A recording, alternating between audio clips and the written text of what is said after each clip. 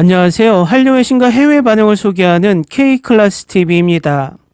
오늘은 K드라마 넷플릭스 탈출 러시 이제 글로벌 다각화로 전 세계를 장악한다는 주제로 이야기해 보겠습니다.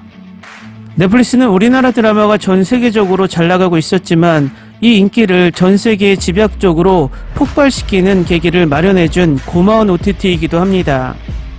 하지만 넷플릭스가 K드라마를 선택한 이유는 자선 사업이 아니라 이미 전 세계적으로 인기가 있었기에 그들이 더 큰 투자로 더 큰 돈을 벌기 위한 수단이었습니다. 결국 코로나 팬데믹 기간 동안 넷플릭스와 K드라마의 공존은 서로 윈윈하며 K드라마는 세계적인 명성을 얻었고 넷플릭스는 전 세계 1위 OTT의 지위를 확보하며 그만큼의 돈을 가져갔습니다. 하지만 시간이 지나고 너무나 K드라마를 넷플릭스에서 독점적으로 방영하며 두 파트너 사이가 파트너가 아닌 주종관계로 변하며 점점 K드라마는 넷플릭스의 하청업체로 취급되며 현재 넷플릭스는 순위집계 방식을 바꿔 K드라마를 견제하고 방영 행태도 불리하게 만들어 K드라마가 전세계 1위에 오르는 것을 스스로 견제하고 있습니다. 이 부분은 제가 여러 차례 영상으로 지적했으니 각설하고 이젠 K-컨텐츠 제작자들도 넷플릭스의 의존도를 벗어나 글로벌 OTT의 다각화를 꿈꾸고 있습니다. 지난해는 글로벌 OTT 시장에서 K-컨텐츠 장르가 다양화된 원년이었습니다. 넷플릭스가 지난달 발표한 보고서를 보면 2023년 상반기 글로벌 시청 시간상이 100개 작품 중 한국 콘텐츠는 15개에 달했습니다. 전세계 학폭 경각심을 일으켰던 드라마 더 글로리가 6억 2천만 시간으로 3위를 차지했고 글로벌 헬스 열풍을 일으킨 예능 뮤지컬백과 드라마 일터 스캔들이 각각 15, 16위에 자리했습니다. 드라마 일변도에서 K예능으로까지 인기가 확산되고 있는 것입니다. 현재 해외에서는 넷플릭스, 디즈니 플러스, 아마존, 국내에서는 티빙, 쿠팡 등 온라인 동영상 서비스가 영상 산업의 중심이 된 가운데 이제는 K 콘텐츠가 공략 지도를 넷플릭스 중심에서 글로벌 OTT로의 다변화로 다시 이들 OTT를 발판 삼아 글로벌 주요 문화로의 등극을 노리고 있습니다. 올해도 초반부터 한국 콘텐츠의 인기는 뜨겁습니다. 지난달 1일 공개된 티빙 드라마 내 남편과 결혼해줘는 글로벌 OTT 아마존 프라임에서 전세계 1위를 기록하는 등 흥행을 이어가고 있습니다. 조회수는 지난달 16일 기준 이미 8억 1천만을 돌파했고 내 남편과 결혼해줘는 동명의 웹소설 웹툰을 개작한 작품으로 남편과 친구의 불륜을 목격하고 살해당한 주인공이 10년 전 자신으로 환생해 두 사람에게 복수하는 내용을 다룹니다. 지난달 5일 파트2가 공개된 서인국 박소담 주연의 드라마 이제 곧 죽습니다 역시 아마존 프라임 2위 안에 드는 등 파트1의 인기를 지속했습니다. 이달 17일 디즈니 플러스에서 공개된 킬러들의 쇼핑몰 또한 한국, 일본, 홍콩, 대만, 싱가포르 등 아시아 5개국에서 10위 안에 들며 인기몰이 중입니다. 이처럼 OTT 수출이 기존 넷플릭스 일변도에서 다변화되는 것은 K드라마에는 수익 면에서도 지배 구조 면에서도 크게 유리합니다.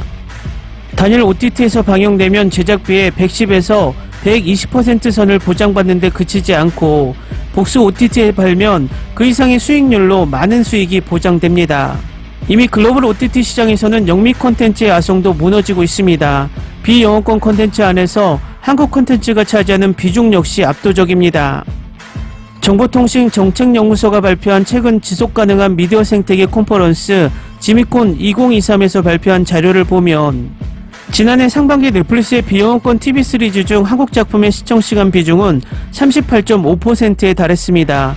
영어권을 포함한 전체 TV 시리즈 중에서는 14.6%를 차지했습니다. 올해 또한 다양한 한국 콘텐츠가 전세계 관객을 맞을 예정입니다. 2월 9일 공개되는 넷플릭스 드라마 살인자 이응난감은 우연히 살인을 시작한 평범한 남자와 그를 쫓는 형사의 이야기를 그리는 작품입니다. 영화 기생충으로 이름을 알린 최우식, 영화 범죄도시2, 드라마 카지노로 주가를 올린 손석구 등이 출연합니다. 동명 웹툰을 원작으로 한 넷플릭스 드라마 더 A쇼도 공개됩니다. 더 A쇼는 8명의 인물이 8층으로 나뉜 비밀스러운 공간에 갇혀 돈을 버는 위험한 쇼에 참가하며 벌어지는 이야기를 다룹니다. 영화 외계 플러스인 2부에 출연한 유준열, 영화 곡성 항공주에서 열연한 천우희 등이 출연합니다. 글로벌 OTT 파라마운트 플러스를 통해 자사 오리지널 콘텐츠를 전세계 시청자에게 공급해온 티빙은 올해도 좋거나 나쁜 동제 등 4개의 드라마를 TVN과 파라마운트 플러스에 공개할 예정입니다. 인기 드라마 비밀의 숲 1, 2의 스피노프인 좋거나 나쁜 동재는 전작에서 사랑받은 캐릭터 서동재 역으로 이준혁이 그대로 출연하며 비밀의 숲을 집필한 유수연 작가도 크리에이터로 참여합니다. 갑작스러운 왕의 죽음으로 일어나는 왕위 다툼 이야기를 다루는 우시 왕후도 올해 공개됩니다. 전종서가 고려 왕후 우위를 연기하며 김무열, 지창욱, 정유미 등이 출연합니다. 매월 투표로 학교폭력 피해자가 정해지는 학급의 이야기를 다룬 피라미드 게임, 표혜진, 이준영 주연의 로맨틱 코미디 나는 대놓고 신데렐라를 꿈꾼다도 올해 공개됩니다. 지난해 드라마 무빙으로 구독자를 끌어모았던 디즈니 플러스는 강풀 작가의 또 다른 웹툰 작품을 개작한 드라마 조명가게를 올해 공개합니다.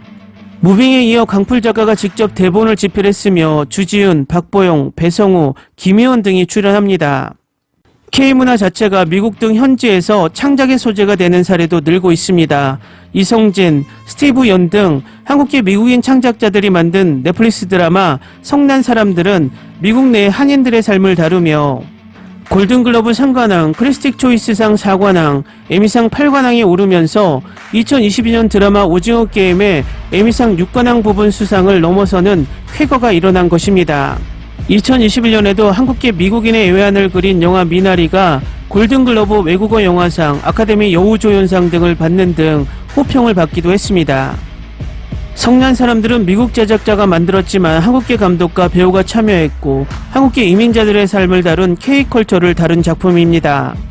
오징어 게임이 받지 못한 에미상 작품상까지 수상한 것은 한국 문화가 미국 대중들에게 깊숙이 파고들고 있다는 것을 보여줍니다.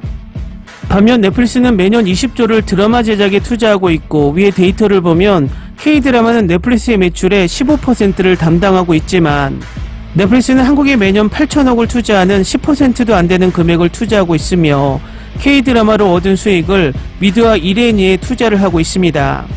이런 행태는 K드라마가 너무 넷플릭스에 의존해서 방영을 하기 때문에 더욱 심화된다고 생각이 됩니다. 1차적으로는 지금 전세계 K드라마 방영의 거의 70%를 차지하는 넷플릭스 의존도를 낮추며 다른 글로벌 OTT들이 K드라마 방영 경쟁에 참여하며 넷플릭스를 긴장시킬 필요가 있으며 2차적인 최상의 시나리오는 국내 글로벌 OTT가 뛰어들어 전세계 K드라마를 정상적으로 방영할 수 있도록 구조를 만들어야 한다는 것입니다. 어쨌든 글로벌 OTT들의 K드라마의 방영 경쟁은 현재로선 긍정적인 형태로 바뀌고 있습니다. 재밌게 잘 보셨나요? 여러분의 구독, 좋아요, 댓글, 알림 설정은 컨텐츠 제작에 큰 힘이 됩니다. 그리고 항상 하시는 일마다 대박 나시고 행복하시길 바랍니다.